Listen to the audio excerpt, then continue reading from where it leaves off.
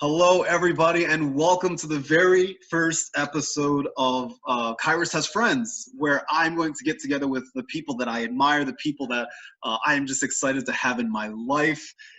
I get them on this chat, and we just sit and talk, and we just kind of shoot the breeze and just see what things are going on in their lives and all of that. So if you like what you're watching today, be sure to follow me on Facebook at The Vibe with Kai. You can follow me on Instagram at The Vibe with Kai. You can also follow me on Snapchat at Kyrus Keenan. And if you're so inclined, if you're one of those people that have signed up for TikTok in quarantine and you're looking for people to follow on TikTok in quarantine, you can follow me at Kyrus Keenan. I go live on TikTok every Wednesday at 8 o'clock p.m. And during that, we highlight different artists and different musicians, and we just have a grand old time. So that's every Wednesday at 8 o'clock p.m. On TikTok, Live with Kai. Follow me at Kyrus Keenan. I am super duper duper excited because this is our first episode, and I wanted to go with somebody that I really admired, that I really cared for, that I really looked up to, and they could not make it. So I found Brian Remo instead.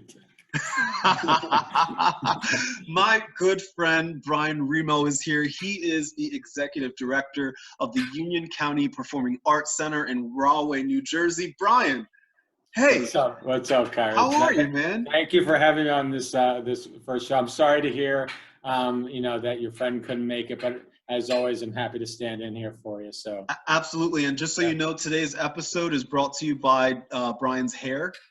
It is looking exquisite. Very mane-like. I know it's very soft and flowing. Yes. I feel like I've seen you in so many different hairstyles. I've seen you like with the buzz cut. I've seen you with the mohawk. I've seen you look like you came straight from the factory where they make white people. Yeah, exactly. Right now, dude, honestly, I need a haircut so bad. I'm willing to like mail order bride one right now, dude. I mean, I honestly, it's so bad. This is the haircut I had in 1991. I'm aging myself right now, but when I graduated high school in 91, this is what it looked like. It's not fun. I'm not enjoying it. I need a haircut bad. I'm toying with the idea of giving myself a haircut. I cut my 6-year-old son's hair the other day, and judging by his face after he saw his haircut, I'm not really willing to cut my own hair. So I'm just going to wait it out. I had an online poll on Facebook, and everybody seems to like this hair. So I'm going to grin and bear right now. But yeah, I'm dying, man. I just want to get the hair off my neck right now. Yeah. Time. But it's a sacrifice. I mean, we're not going anywhere where vanity is one of those sacrifices we just make right now. That's true. I haven't worn like a nice outfit. The other day I put on a nice outfit to go to ShopRite, and I felt like I was depressed. But and everybody's like staring at me, and I'm like, what? I'm out, But if there's one thing I can commend of you, Mr. Remo, is that your sense of style, I must say, has always been on point. That's a compliment. Thank you. I appreciate that. I mean that. Thank you. I try to stay original and comfortable, man. I honestly, I don't have the means. I don't have. So how have you been during this whole quarantine phase? Because I know this has been weird for a lot of people around the world, and us being the extroverts and the outgoing people that we are, where we're always out and about, and now we're stuck at home, understandably so. But how has quarantine life been for you? Honestly, we're going on in about 8 weeks now, I guess. The first week was, I was in crisis management mode for multiple reasons. The UC PAC, my kids, my ex-wife and I are very amicable, and we manage our family, together as partners for over, 15 years now. Mm-hmm. And we decided that my 16-year-old son would stay with me, and my 19-year-old, my 11-year-old would stay with her up in Wyckoff. And we did that to manage resources and, to manage what ifs scenarios, like, somebody had to take care of somebody else. And we thought it was a good idea. Plus, we thought it'd be, just a good way to, pass the time, so nobody's alone. Sure. So the first week was really hey, throw you in the deep end of the pool and, swim how you need to. Right. The next week, honestly, and getting honest, was when I think I hit a good 4-day outright depression. Sure. Like, Yeah. I mean, being extroverts, people don't understand this about, and I think a friend of mine, Julie Lorenzo, said this on Oh, she's Facebook. great. I love her, by the Yeah, way. She's so talented. people don't understand how extroverts, when they don't have other people to play off of, start going into a like panic mode. Yes. And you know, I'm starting to think, you know, I'm not using my voice as much. I talk all the time at work. And, you know, I'm feeling a tickle in my throat. I'm getting, you know, am I getting sick? What am I going to do? I'm stocking up on chicken broth. I'm buying Powerade. So I'm like hypochondriac in my ass off here. And, you know, and then all of a sudden I started just, you know, looking at the silver lining. And, you know, I started focusing on like what I consider to be the core of my actual everyday, which I'm probably one of the most optimistic and happy people I know. And I just started being optimistic and happy. I just spent the last 8 weeks with my 16-year-old son, like roommates from college. Yeah. You know, I've cooked, you know, 56 amazing dinners. Oh, fantastic. Nice. I've binge watched, you know, we binge watched, you know, we watched all the Marvel movies together. We're rewatching the Lost series. You know, we're walking the dog. He's you know, he's working out for football and he's getting me to walk, or we play tennis. And so do you feel that you've become closer, just because of as much time as you guys are spending together? Do you feel that you've just naturally become closer than you've ever been over these past, like, you know, 8 weeks or so? I think we've always been close. We've always had a connection, but we've like made a commitment to create a memory together that nobody will ever touch. Like, you know, he kind of teared me up the other day when because I'm a sap, you know, I'm me too. You know, I'm like, every once in a while I like sit down with him, I'm like, you understand that you could talk to me, right? He's like, and you know, the 6-year-old version of talking to me, he's like, yeah, I get it, you know, and that's it. But he's you know, he did say something that really touched me. He said, you know, I'm going to tell my kids about this, you know, and that means a lot to me. Like, this is a moment that, you know, we'll always share. The silver lining in this is, you know, there's some things about these last 8 weeks that have changed my life for the better. Yes. My house is spotless. My hands are spotless. You know, I'm playing tennis again. I'm walking 2 miles a day. Yeah. You know? You are looking pretty sexy. You are. Thank you. The hair puts on 5 pounds, and the camera puts on another 5. But, you know, I didn't, you know, I said to myself I was going to try to maintain, you know, a good health, and I feel good.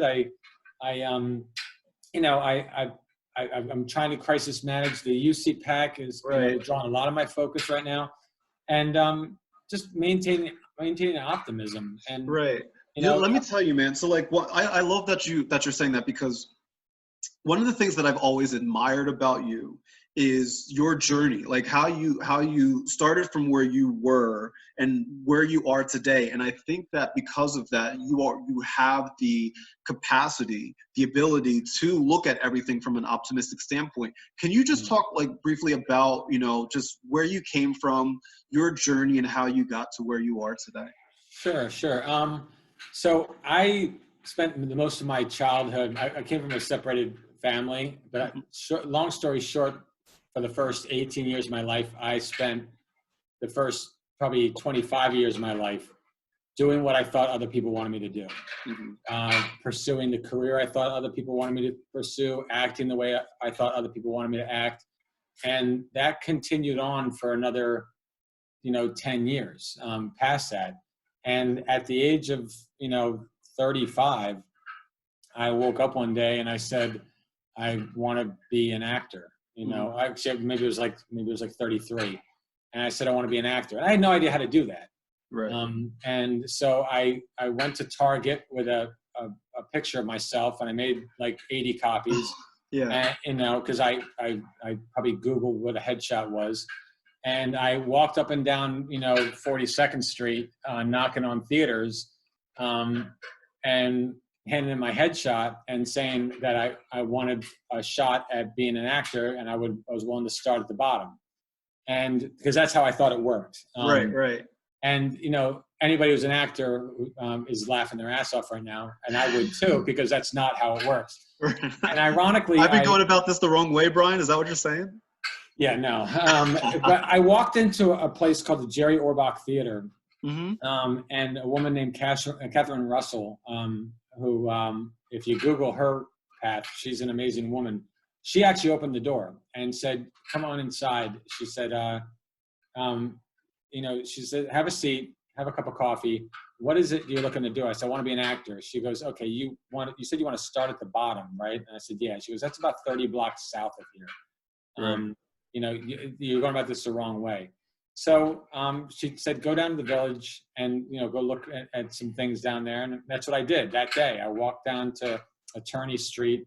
There was open auditions for a show called Sex, Relationships, and Sometimes Love. I walked into an audition that I wasn't supposed to be at, and they had a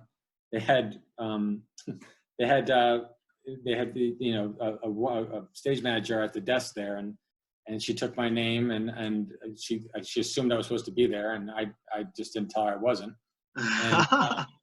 And so she gave me a piece of paper, and I looked at it, and then they called my name, and I went inside, and the director was sitting there, and he said, "Where's your side?"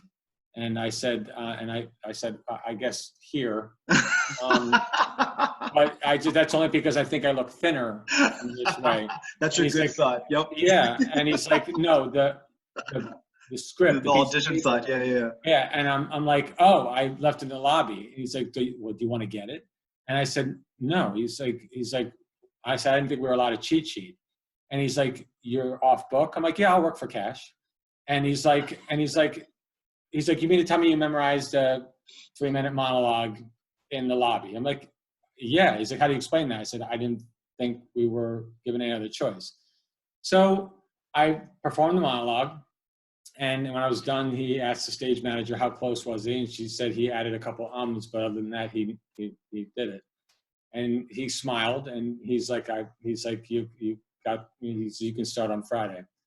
No way. Yeah, so that was how I got my part in a monologue show that later on, if anybody knows that monologue show, Sex, Relationships, and Sometimes Love, I worked 6-7 shows a week.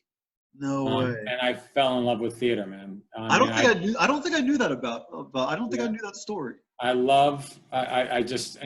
knew nothing about theater. I was so overly optimistic, and I was so green to it all, and I knew nothing. And even today, like Bruce Bella Cruz, my longtime music director and friend, Bruce.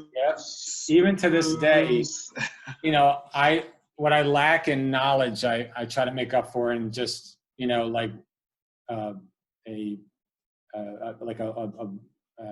what's the word I'm looking for? Like a reluctance to give up. I refuse to give up. I don't know a lot about musical theory, and I don't know a lot about musicality and things like that. Right. But I try to make up for that in other ways, and that's what I did that day.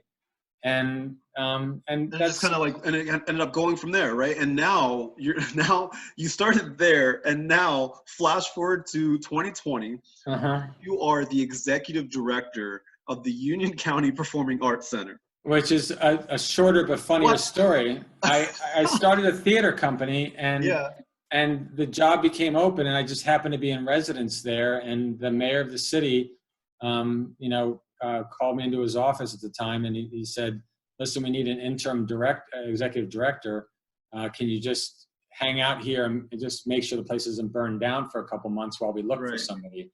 And a few months went by, and nobody told me not to, so I just started doing the job, and they didn't expect me to do the job. They didn't expect me to do the job well. Right. And I honestly, when I took the job, we were in a lot of trouble. We had no money in the bank. We had hundreds of thousands of dollars in debt, and I don't think anybody expected it to go well. And so nobody told me not to do the job, so I just did. And And that's not just a one-person job. Oh, Immediately. you have a great team over there. Yeah, absolutely. Started bringing on people like Patrick Starega, people like that along the way. People like Jessica First that were pivotal to to our success. People like Tim James, who helped rebuild the tech from the early days. And now the team. Fast forward to the team we have now with Len and Sarah and Patrick and Heather and myself and Christine Bennett. The department heads in that space are just some of the most amazing people. So what is it like? So I think you kind of alluded to this before, that you've been in kind of like, I guess, emergency mode and trying to figure out what it's like or how to navigate through this pandemic. As the executive director of a theater, where obviously you're not able to do the things that you are known to do, which is put on productions and bring in acts, bring in these singers, these performers, these dancers, musicians to come and perform, where thousands of people. The theater holds what, 3,000 people? 1,300. 1,300. I was a little bit off, right? It's okay. I like that. So we're 50% capacity. We're good. Okay, good. I like that. Yeah. But you bring in these big, like, it's not just like a small, like, no-name theater. Like, you bring in some like legitimate like acts like that to come in there and perform. So what has it been like for you to navigate through this, and what is the plan? Like, what's next for you? I love that question, and thank you for it, because I just said it to some very important people this morning, and I'll keep that nameless. But I said these exact words this morning, which has been basically the mantra through all this. My only job throughout all this is to maintain the fact that if I am not steadfast in acting as if we are protecting live theater, then I am going to be part of its demise. Sure. Everybody is talking about, and I respect that. I respect the fact that, people are suggesting, like, can we do virtual productions? Can we do, streaming productions? A little bit of that is great. Bringing that into the 20th century, 20 years ago, we didn't have LED lighting. I'm all for advancement, but we are, we represent live, intimate theater. Right. What we are is, we are the history of art. We are the advocacy of live theater. And, whenever it's okay for us to go back to doing that, that's what we're going to do. Right. I'm not looking to reinvent the wheel. Right. I'm looking, I'm looking for us to be able to roll the wheel again. Right. And, so, if they tell me that we can only have 500 people in the building, then that's what we'll do. If they tell me I can only have 10, then 10 of y'all come in at a time, whatever is going to happen. But what I need to refuse to do is to say that we're going to change, what it is that we are right now, because I'm not ready to give up on that. Right.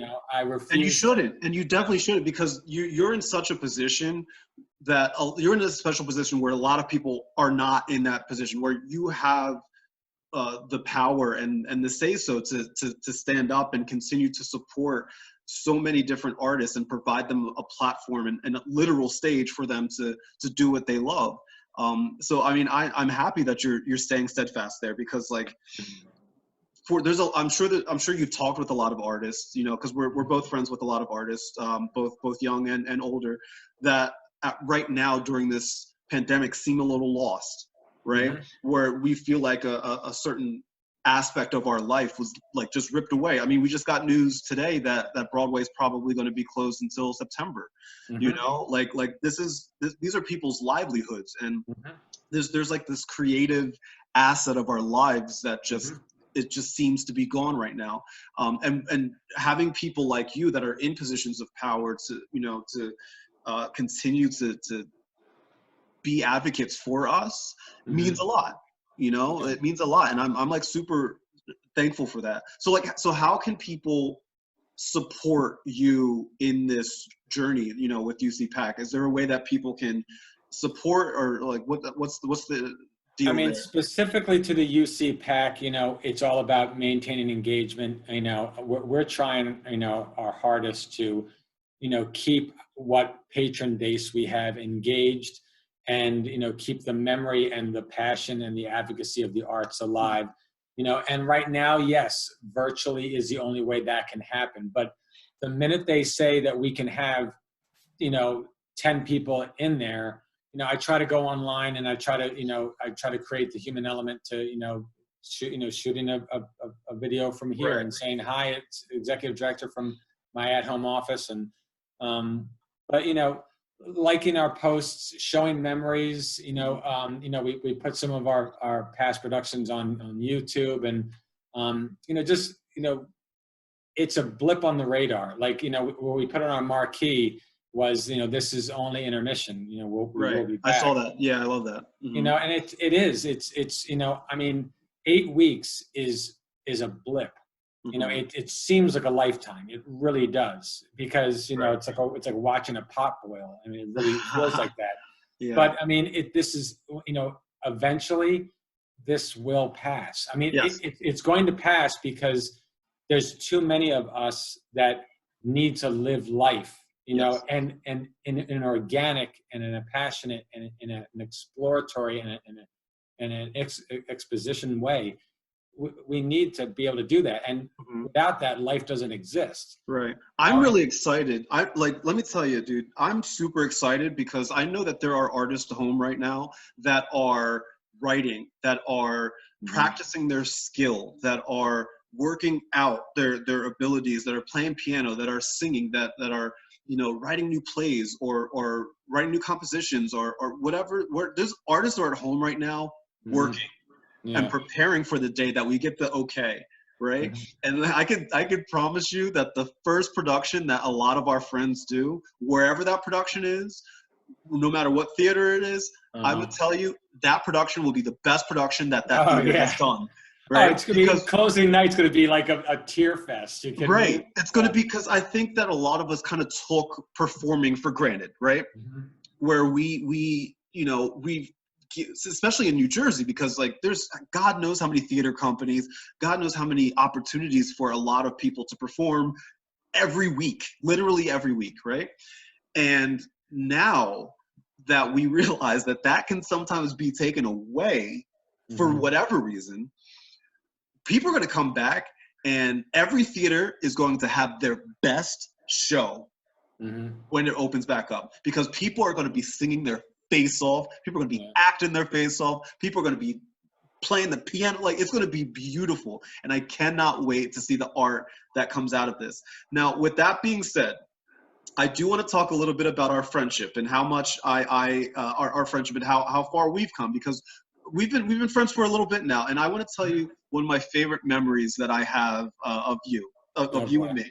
Okay. No, it's a good one. It's a good one. Okay. So it's a good one. Okay, yeah, it's a good one. Yeah, is it bad ones? I'm talk about the bad ones. Okay, So I'll never forget. So there was this one night. So for those of you that aren't familiar, Brian also oversees this thing called Icon, right? Where we get the best and most talented, these ridiculously talented performers from all over New Jersey to perform in a competition, right? And it's crazy. The amount of talent on that stage is just ridiculous. It's not even fair, right? But this was a while ago, a couple years ago, and by a couple I mean maybe like 5 or 6. I sang "She Cries," right, which is one from Songs for a New World, which is one of my favorite songs ever. And after I think I won that night, right? And I think you came up to me afterwards, and like, you've always been really genuine with me, but I think this was probably one of the first times that like you were like legit genuine, and you came up to me and you complimented me on that song and that performance. And like, I remember driving home that night being like, I think he really liked that performance. I think he liked, and like, that was like the point that I realized, you know, that you're how genuine of a person you are. And that meant so much. It's like, it's the dumb, because Lord knows you and I have so many memories, but that one always stands out to me because you were just so truthful and genuine. And I just wanted to thank you, because that still sticks with me to this day, even all of these years later. I really appreciate you for that. I appreciate you, man. I mean, I say this a lot. I've directed you a couple of times, and one of the things I've said, you know, backstage before a lot of shows, and I'm sure you've heard me say this, you know, the only talent I have as a director of musicals or of plays is this insane ability that I know of, you know, and I stand behind it, is this insane ability to fall in love with the people that are up on that stage. And I always tell people all the time that, you know, we do this huddle, you know, I do this look to your left, look to your right, you know, thing. But I always tell the cast, I said, do you understand that, you know, there's 1% of the people, you know, that have an opportunity to do what you're doing that will actually take advantage of it. And even less than that can, and even less than a percentage of that can do it as well as you are doing it. And then usually I end up welling up, kind of like I'm starting to now, where I say, and understand that I'm one of those people. The reason why I can fall in love with you cast members is because I wish I could sing like you people are singing in this show that you're about to go on and perform. And so when somebody does a performance like She Cries, you know, that you performed, I remember that performance. And, you know, there's a bunch of different performances I remember, you know, and at the risk of, I'm not going to name, you know, there's an unspoken, like top 10 list of like, you know, I've been stage left and cried. You know, people have actually, you know, done some songs during Icon that I was like, I missed my cue going back on stage, so I had to dry up. Yeah. But I mean, you know, when somebody when you can tell they're connected and they're singing to somebody and they did the work and they, you know, and they've chosen their character and they do that, there's no better feeling than that in the world. And that's exactly why, you know, despite the fear of even, I mean, I'm not going to go out on a limb here, even, you know, risking our health and risking our lives. You know, some of us feel so strongly about, you know, art in general, you know, our craft, our art, our passion. Like, if you take this away from me, what am I living for? Right. You know what I'm saying? So yeah, maybe I'm risking, you know, I'm going to risk my life, you know, doing this. I'm not saying I don't have a healthy fear of what's going on, Kyrus. I do. I have a healthy fear and I have a very high responsibility of of course, understandably so. Sure. Yeah, protecting my family and I study the science and I do the right things. But I do all those things so that I can interact in the world, you know, effectively. You know, I'm not going to turn into Bilbo Baggins and hide behind a round door and live my life, because otherwise, what am I prolonging my life for? Of course. You know, some of us, and I'm pretty sure you're one of these people, that you take that element out of your life and you might as well just take the heart right out of my chest. Oh, sure. Because there's nothing left. Absolutely. You know, 100%. is gone. One of the things that I've always admired about you, and I've said this to multiple people, and I know there's receipts for this somewhere, that you've always been a visionary, right? Where you get an idea for something and then you do it. Because a lot of people come up with ideas, right? But like it kind of ends at that stage. They're like, oh, I have an idea for something, but they don't, you know, take it to the next step. And you've on multiple occasions have done that. I think you what is it that you say during Icon, that you woke up one morning with a cigarette and an idea?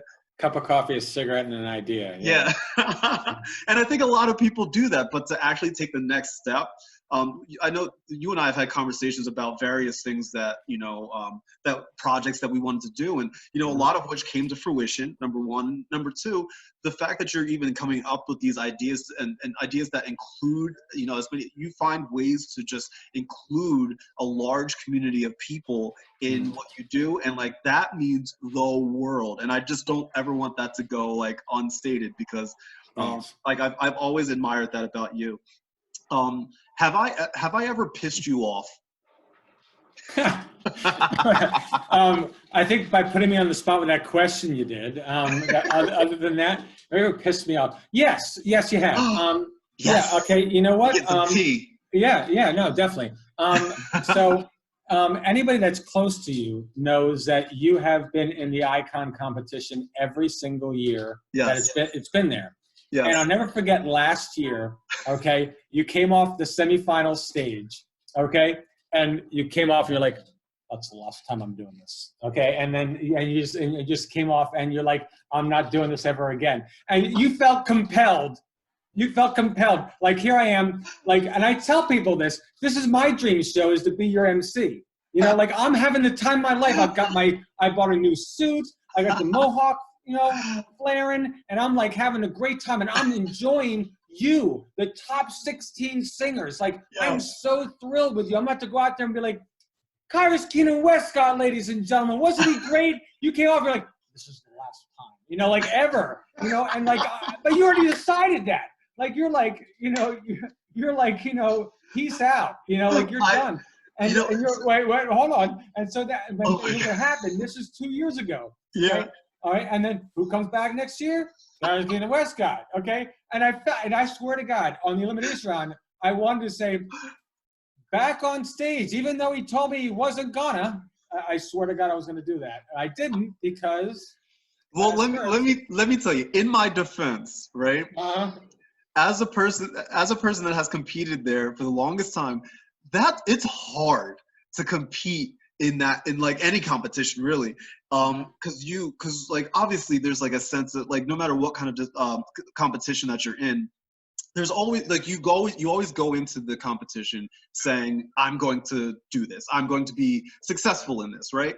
And the 5 minutes that you are all, like, from the moment that you leave the stage, when you find out that you're not going to make it to the next round or wherever, right?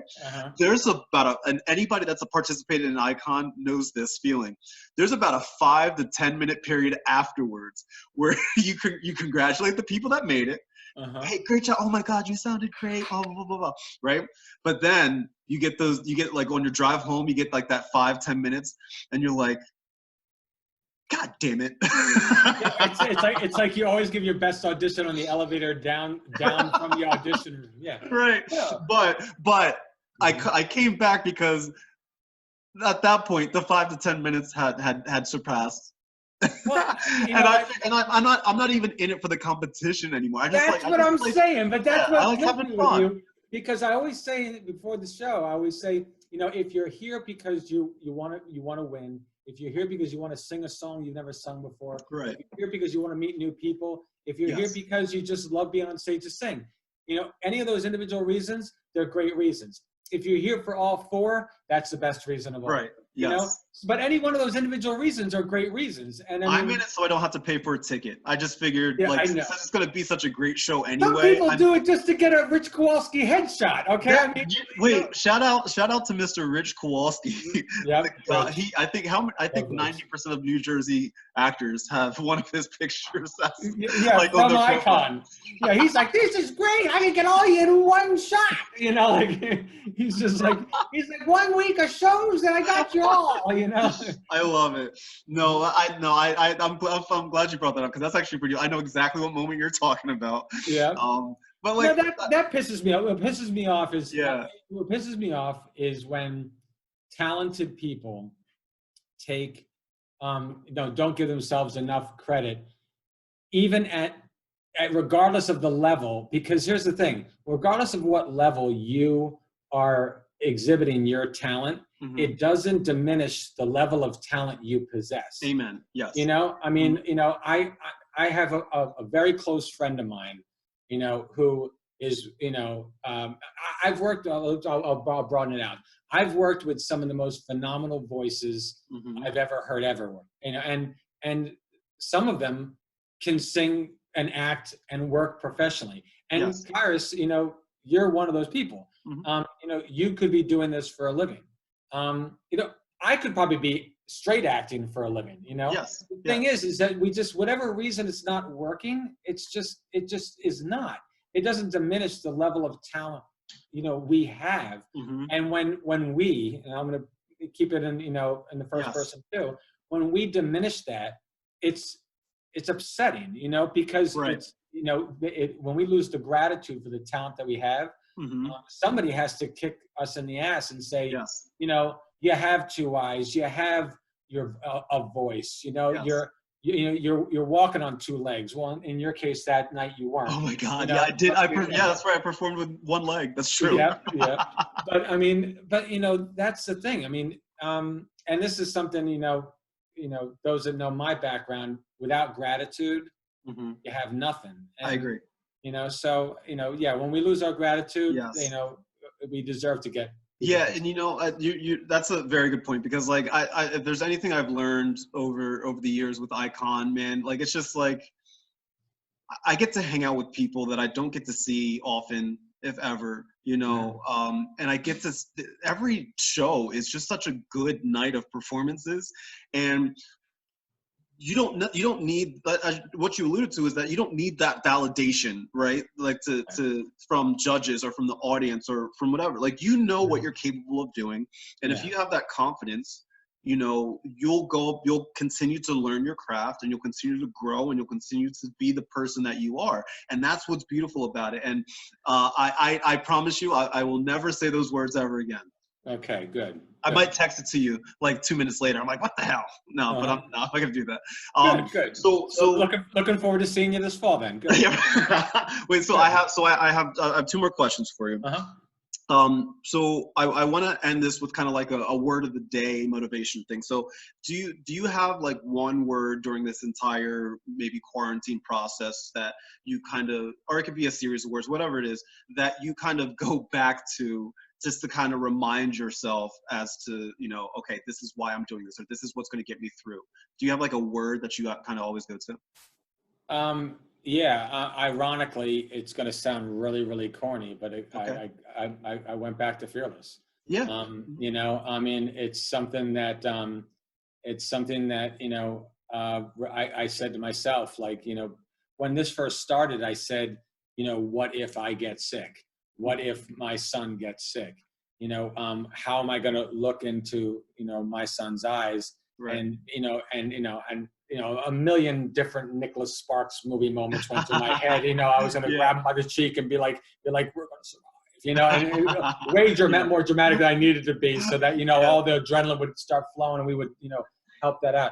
But really just, you know, not be afraid of losing my job, not be afraid. And because if I show that fear, then the people that I'm supposed to manage are going to see that. And if, you know, if I show fear of not coming back, then the patrons are going to see that, and my kids are going to see that. And that's my responsibility is, you know, I think our mutual friend Howard Whitmore gave me something for Christmas. Howie.